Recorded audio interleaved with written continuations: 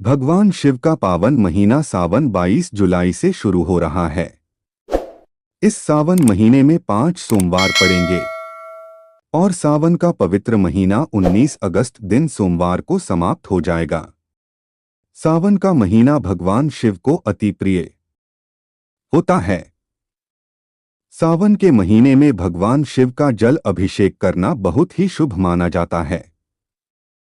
सावन के महीने में व्यक्ति की हर मनोकामनाएं पूर्ण होती हैं। सावन के महीने में व्रत रखने से पारिवारिक जीवन सुखमय होता है। सावन के महीने में हर सोमवार को शिव जी का व्रत रखें। सावन के महीने में जल से शिवलिंग का हर दिन अभिषेक करें और बेलपत्र चढ़ाएं। भगवान शिव को फूल, फल, मिठाई, धूप, कपूर, बेलपत्र, भांग, धतूरा आदि अर्पित करें। सावन का महीना तपस्या, साधना और वरदान प्राप्ति के लिए विशेष रूप से शुभ माना जाता है। आइए सुनते हैं सावन के महीने में शुभ सोमवार की कथा। इस कथा को सुनने से पहले आपसे निवेदन है कि हमारे YouTube चैनल सात्विक सुविचार को सब्सक्राइब जरूर करें। आइए सुनते हैं सोमवार की शुभ कथा। कथा को पूरा अवश्य सुनें। एक नगर में एक बहुत धनी साहूकार रहता था। उसके घर में धन धान्य की कोई कमी नहीं थी, परंतु साहूकार की कोई संतान नहीं थी। उसको इस बात का बहुत बड़ा दुख था। साहूकार को इसकी चिंता दिन रात लगी रहती थी। पुत्र प्राप्ति की कामना के लिए वह प्रत्येक सोमवार को शिव जी का व्रत और पूजन किया करता था। साहूकार रोज शाम को शिव जी के मंदिर में जाकर शिवलिंग के सामने दीपक जलाया करता था। उसके इस भक्ति भाव को देखकर एक समय पार्वती जी ने शिवजी भगवान से कहा, भगवान, यह साहूकार आपका बहुत बड़ा भक्त हैं और सदैव आपका व्रत और पूजन बड़ी श्रद्धा भाव से करता है। भगवान, आपको इसकी मनोकामनाओं को पूर्ण करना चाहिए। शिवजी ने कहा, हे पार्वती, यह संसार कर्म क्षेत्र है। इस संसार में जो जैसा करता है वह वैसा ही फल प्राप्त करता है। इसी प्रकार इस संसार में जो जैसा कर्म करते हैं वैसा ही फल भोगते हैं। पार्वती जी ने बड़ी ही विनम्रता से आग्रह किया कि हे प्रभु, जब यह आपका अनन्य भक्त है और यदि इसको किसी प्रकार का दुख है तो आपको इसका दुख अवश्य दूर करना चाहिए, क्योंकि आप अपने भक्तों पर सदैव दयालु होते हैं और उनके दुखों को दूर करते हैं।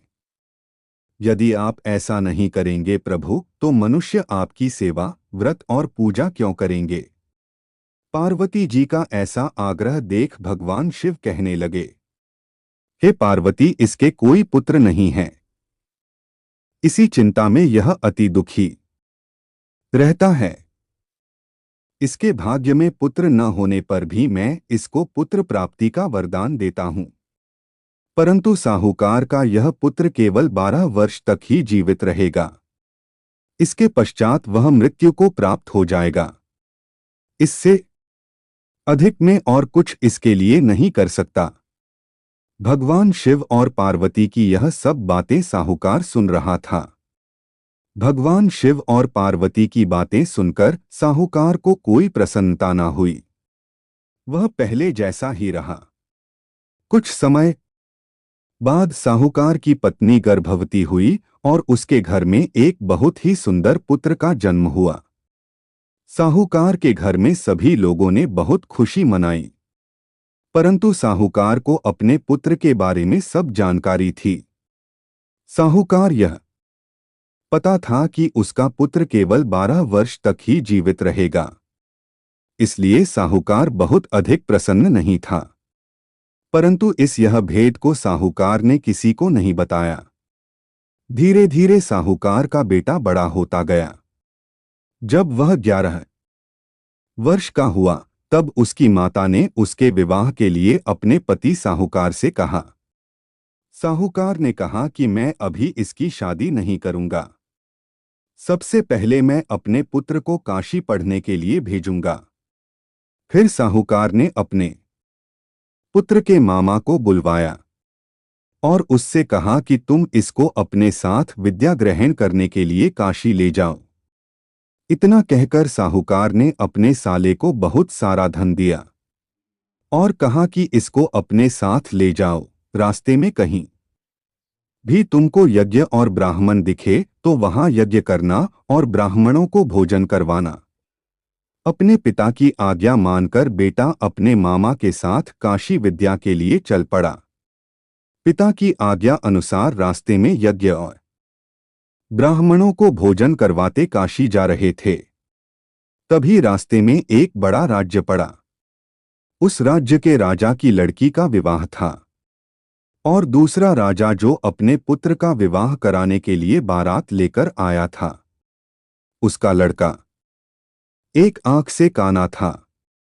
लड़के के पिता को यह बड़ी चिंता थी कि कहीं लड़के की यह दशा देखकर राजा विवाह करने से मना न कर दे। राजा बड़ी दुविधा में था। तभी उसकी नजर इस सुंदर बालक पर पड़ी। राजा के मन में विचार आया कि क्यों न द्वार पूजा के लिए इसी लड़के से काम चला लिया जाए। इस कार्य के लिए राजा ने उस लड़के और उसके मामा से बात की और मामा इस बात के लिए राजी हो गया। उसके पश्चात लड़के को दूल्हे के सारे कपड़े और जेवरात पहनाकर उसे द्वार पूजा के लिए ले जाया गया। द्वार पूजा का कार्यक्रम बड़ी ही सफलतापूर्वक से पूर्ण संपन्न हो गया। फिर राजा ने सोचा कि इसी लड़के से उसका विवाह भी कर दिया जाए। ऐसा विचार करके राजा ने मामा से बात किया। विवाह की सारी रस्म भी इसी लड़के के साथ हो जाने के पश्चात तुम चले जाना। इसके लिए मैं तुम्हें बहुत सारा धन दूंगा। मामा और भांजा इस बात के लिए राजी हो गए। दोनों का विवाह कार्य संपन्न हुआ। विवाह के पश्चात जब राजकुमार और राजकुमारी दोनों एक पास बैठे, तब राजकुमार काशी जाने लगा तो उसने राजकुमारी को सब सच बता दिया कि मेरा विवाह तुम्हारे साथ हुआ है, लेकिन तुम्हें एक काने राजकुमार के साथ भेजा जाएगा। लड़के के जाने के पश्चात अगली सुबह जब सब बाजे गाजे के साथ लड़की की विदाई कराने आए तो राजकुमारी ने बताया कि मेरा जिसके साथ विवाह हुआ है वह तो काशी पढ़ने के लिए गया है। राजकुमारी के माता पिता ने अपनी कन्या की विदाई नहीं की और बारात वापस चली गई। काशी जाकर लड़के ने पढ़ाई करना आरंभ कर दिया। जब लड़के की उम्र 12 वर्ष की हुई, उसी दिन मामा ने लड़के के 12 वर्ष की होने की खुशी में यज्ञ रखा और ब्राह्मणों को खाना खिलाने के लिए न्योता दिया। यज्ञ किया और ब्राह्मणों को भोजन कराया और खूब अन्य वस्त्र दान किया। रात को वह अपने शयन कक्ष में सो गया। भगवान शिव के वरदान के अनुसार उसके प्राण नींद में ही निकल गए। सूर्योदय पर मामा भांजे को मृत देखकर रो पड़ा। उसका रोना सुनकर आसपास के लोग भी वहां पर एकत्रित हो गए। संयोगवश उसी समय भगवान शिव पार्वती वहां से जा रहे थे। माता पार्वती ने जब उस व्यक्ति को जोर जोर से रोता हुआ देखा तो उन्होंने भगवान शिव से कहा कि कोई व्यक्ति बहुत ही विलाप कर रहा है। माता पार्वती ने जब उसे पास जाकर देखा तो एक लड़का मृत पड़ा था। माता पार्वती ने कहा, भगवान यह तो वही साहूकार का पुत्र है जो आपके वरदान से उन्हें प्राप्त हुआ था। तब भगवान शिव ने कहा कि उसकी आयु इतनी ही थी जो कि वह अब पूरी कर चुका है।